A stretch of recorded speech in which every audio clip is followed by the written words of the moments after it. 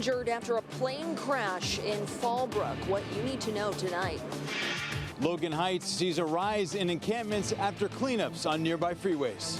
San Diego police shoot and kill a man they say entered an elementary school with a weapon. Today we're checking out the new Terminal 1 at the San Diego airport. I'll tell you what to expect the next time you catch a flight. A San Diego artist is putting culture in the palm of your hand. The new Pronto card celebrating Hispanic Heritage Month. The Padres secure another playoff berth. We take a look at what their postseason push looks like. CBS 8 News Live at 6 starts right now.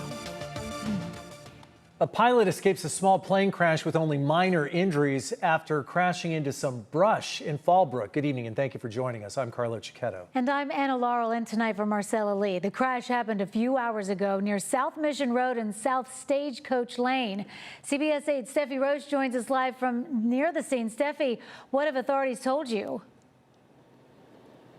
Yeah, well, right now we're across the street from the Fallbrook Air Park, and the scene is still pretty active out here. This is the ditch that the plane went into, and we've been seeing crews removing some of that debris. And you can look over here right now. That is the plane that crashed out here, and right now it's up on a tow truck. It looks like they're getting ready to take it away in just a matter of minutes. And as you guys mentioned, it's pretty amazing. There was one pilot involved in this crash, and amazingly, he was only left with minor injuries. We have video of the pilot reuniting with his loved ones earlier.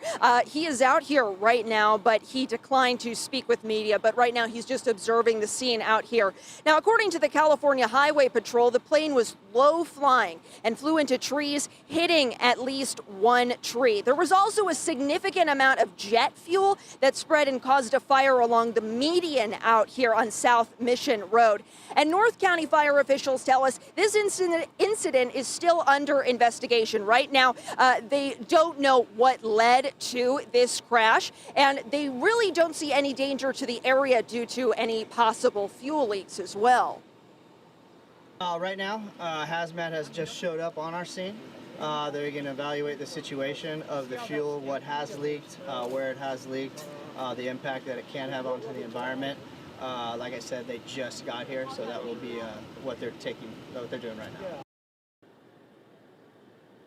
And there is still a large response out here. The southbound lanes of South Mission Road, they have reopened to the public. Right now, we're here in the northbound lanes, and these are still blocked off to the drivers and the public out here. But as you can see, this plane, it is up on a tow truck right now. It looks like they are getting ready to take it away. That is the pilot over there. Like I said, we talked to him, but he declined to do an interview with the media. But this incident, it is still under investigation at this time, and this road, the northbound side of the road, will be closed while that investigation is underway. But for now, reporting live in Fallbrook, I'm Steffi Roche, CBS 8.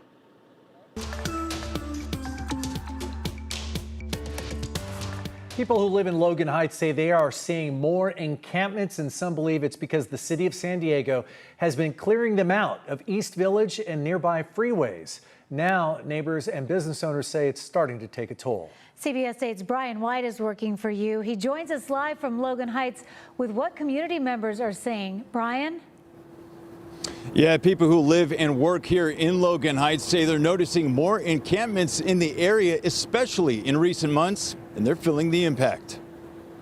People in Logan and Sherman Heights say homelessness isn't new here, but lately the number of encampments has surged. Since August, since the freeways began to get cleared by the city and Caltrans, I noticed that there's just way more encampments happening along Imperial Avenue. I'm seeing people like take over the sidewalk completely. I'm talking about 1, 2, 3, 4 tents in a row. Felix Lopez says it's not just about optics, it's creating real safety and access issues for families and businesses. It makes me feel like the problems from downtown are being pushed onto us, and we're being left on our own to basically deal with those issues. And business owners say they're feeling it too, like John Morellis, who owns an art gallery on Imperial. I got to step over a homeless person to get in my door. And so it really creates a sense of kind of almost hopelessness. Like, what are we doing here? Since July, city crews have removed 88 tons of trash in over 100 cleanups along downtown freeways. They're now allowed to do so because of a new agreement with Caltrans. People are just not used to seeing faces come out there. And, we're seeing a shift in people moving in different spots, but we feel this is actually an opportunity where we can make contact regardless of where the person is at. Franklin Coopersmith with Environmental Services says they have teams in place to respond quickly to get it done reports. But some people say the encampments often just move from one side of the street to the other without any lasting change. This solution is just pushing the problem towards other communities. And I believe that there needs to be more cooperation to actually get a real, meaningful, long-term solution. While it's true many people do refuse the services offered to them, city officials say that over the past 2 months during these freeway cleanups, more than 50 people have been connected with shelter. Working for you in Logan Heights, I'm Brian White for CBS 8. All right, Brian, thank you. And remember, if there's something you'd like us to look into, email us at workingforyou@cbs8.com. A person was shot and killed by San Diego police just a block from Fay Elementary in City Heights this morning. And now California's Justice Department is handling the investigation. CBS 8's Kelly Hessedal has more on that and what parents and people who live nearby are saying tonight. According to the California Department of Justice, they take over investigations like this when an unarmed person is killed. So you can see the scene here behind me. We're along Orange Avenue near 52nd Street. There are still a lot of questions in this case. Now, we've learned that the suspect was a transient who had lived in this neighborhood for quite some time. Police got a call this morning that a man with a weapon was on school grounds at Fay Elementary, which is about a block from here. As soon as I was coming in, I just got a call from the primetime teacher there, just stating not to bring the kids, that an incident happened. Parent Joanna Vargas was dropping off her 10-year-old daughter at Fay Elementary just before 7 a.m. for the school's morning program when the school went into lockdown mode. She says a teacher told her this. And I asked her what happened, and she just said that a homeless man came in through the door where the parents have access and had like a sharp object. I don't know if she said it was a knife or what, but that he was making signs like if he was going to stab someone. Police say they had received reports a man was sitting on the campus grounds with a gun next to him and that he had a knife in his hand. When officers arrived, they tried to get him to surrender. A beanbag was used, a canine was utilized, but those efforts were unsuccessful. Ultimately, police ended up shooting the man. They performed CPR on him, but it was too late. You could see several evidence markers near his body. Neighbors tell CBS 8 they heard several gunshots.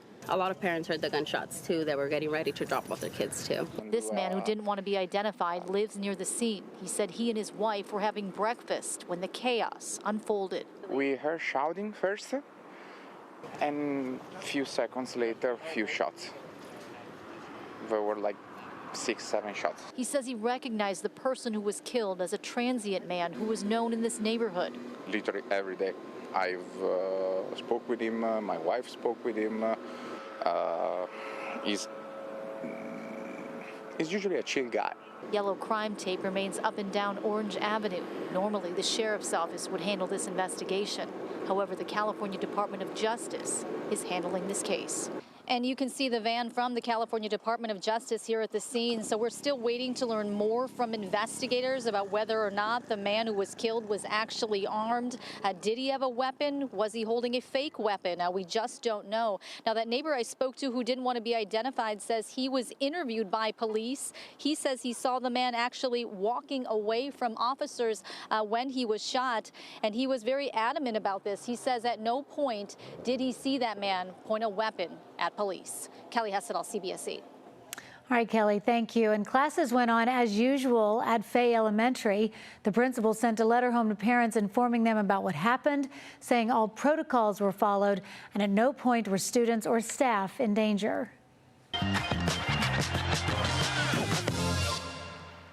All right, the Friar faithful are in a frenzy tonight. Last night's win against the Milwaukee Brewers means the Padres are officially playing October baseball again. CBS 8's Jake Gariani was at Petco Park for the magic moments last night as the team clinched its playoff spot and the champagne started to flow. He's here now with more.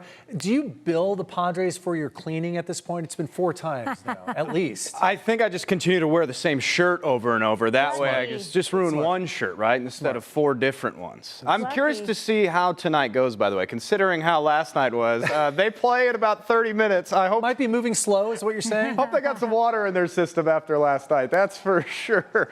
Look, I was thinking about this yesterday, by the way, in the middle of all this chaos. And what I came up with is this is the best stretch ever of Padre baseball. When you consider over their first 51 seasons of existence, the Padres went to the playoffs 5 times. They have now gone 4 times in the last 6 seasons. Peter Seidler's vision has come to fruition. It's also just the 2nd time in team history that the Padres have gone to the playoffs in back-to-back seasons. Now, this year did not come easy with all that being said. Plenty of criticism and questions were thrown out during the course of this year, something I asked the manager about during all the fun yesterday.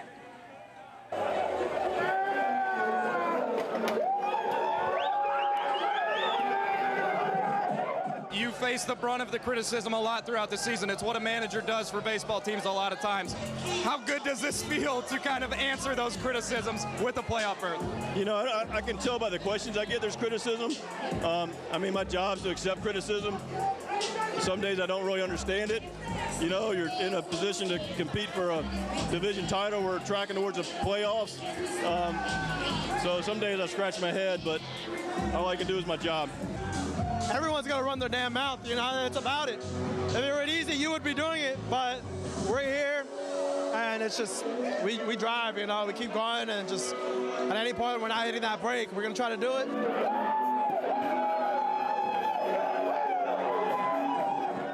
By the way, you told me when I first talked to you that the slider's your best pitch. I didn't believe you because you threw 104, but I believe you. The slider's your best pitch, my friend. Congratulations. Enjoy it.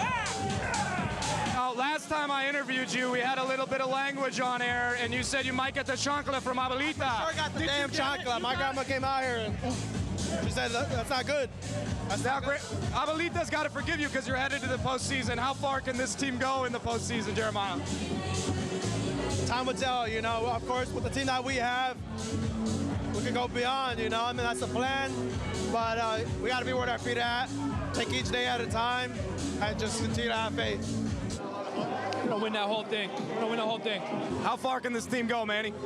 I mean, we're not stopping to the end. That's all that matters. You know, we're going to go out there and play our best baseball we can every single night. We can go far because we are together. We are together. We play together. If we stay together, we can do a lot of good things. We're in the dance. It's time to dance.